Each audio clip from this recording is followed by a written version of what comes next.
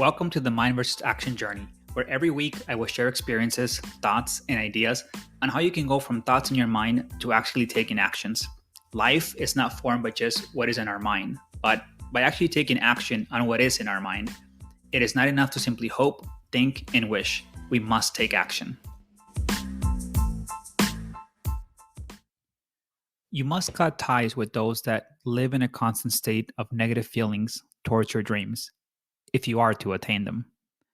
A while back, I was having a conversation regarding family, specifically a toxic family. In my case, I had a very toxic father.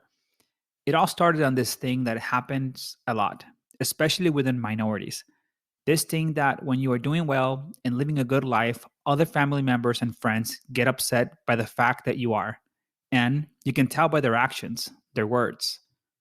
This thing that when you are doing well, a close relative, a sister, brother, or your own parents start whispering negative things in your ear, making up stories that have no basis without any evidence, stories that are truly only made up because they envy what you have. They call you lucky, stuck up, oh yeah, and evil because you have changed as a person for the better. And what used to satisfy you before does not anymore.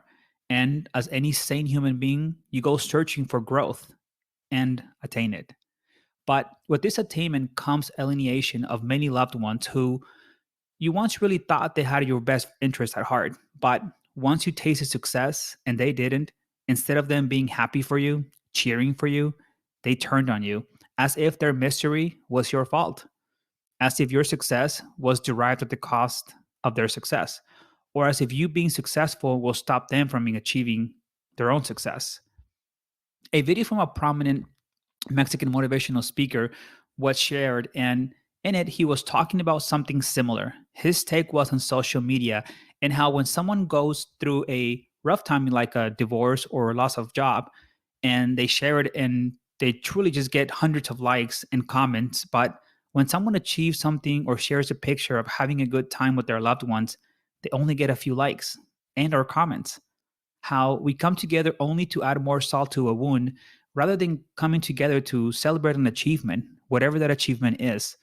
All this, of course, is more seen by our own family and sometimes our so called best friends. I can speak to all this. I have lived through all this and continue to live through it. But of course, at a much smaller scale, as I'm continuously cleansing my circle and what I follow on social media, the news that I read, and material that I decide to read, like books. But growing up, I had this realization early on that family should not be considered family based on genetics or who you grew up with. And yes, this includes your parents and any other relatives. You see, my own father tried to bring me down time and time again. Any opportunity he got to sabotage my life, he took. But he was always unsuccessful. As the more he tried, the more I thrived. Cousins, uncles were no different. Many friends I grew up with, same. None of them are part of my life today. None. And my best revenge towards them was truly to continue to thrive and thrive over and over again. My father, who I only call father because it is easier to do so when I speak of my story, till this day has not changed. When I see him at a family gathering, I say hi and maybe spark a small talk, but that's about it. I don't want him around me or my children. Why? Because he is toxic. He has not changed his ways, and I genuinely don't think he ever will. And that is something I don't want really any part of, something I don't want my children to be part of in any way possible. For them, they know I have a father, but that is it. I don't feed them negative talk about him, but I also don't feed them lies on why they should love him just because he is their grandfather. For me, I teach them to love those that love them genuinely, not those that are simply part of our genetic makeup and therefore we must love. I believe that idea is flawed in every way possible. For me, love those who love you and consider family those who truly behave as a family member should, regardless of if they are blood related or not. It is hard to part ways with family members. It is. And in many ways, it's absolutely one of the hardest things to do.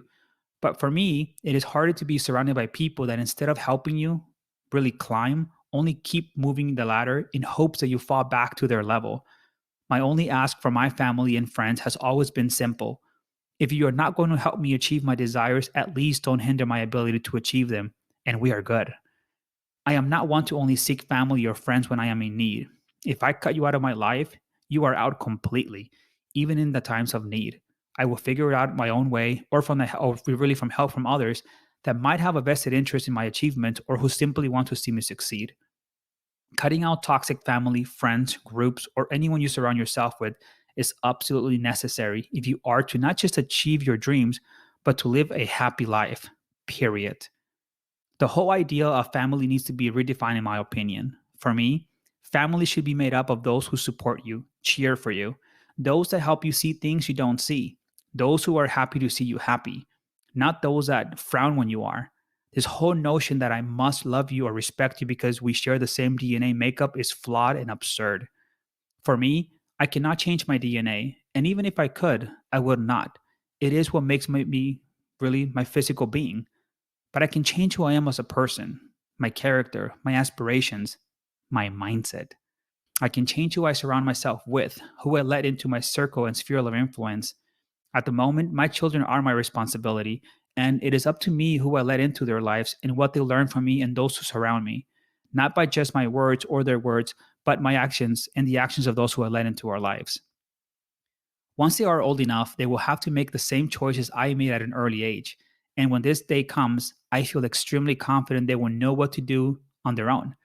I want them to love me, respect me, look up to me for who I am as a person and what I have done for them, and not for simply being their biological father. The same goes for a family member that wishes to be part of their lives. If they want to be part of their lives, my life, the ask is simple. Either help us achieve happiness or at least don't hinder our abilities to do so. Nothing more is asked, nothing more is needed. Achieving happiness and fulfillment is completely up to us. This is where I ask you, what changes do you need to make in your circle of influence in order to achieve what you have always desired? Environment makes a huge difference in whether you achieve your desires or not. It is time you do what you have to do in order to live the life you have always desired. You can, you must.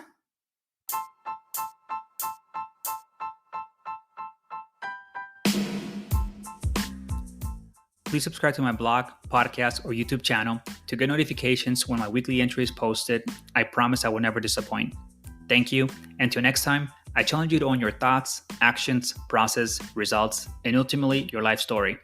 Most importantly, I challenge you to go from thoughts in your mind to taking actual actions on those thoughts, as nothing happens until actions are taken.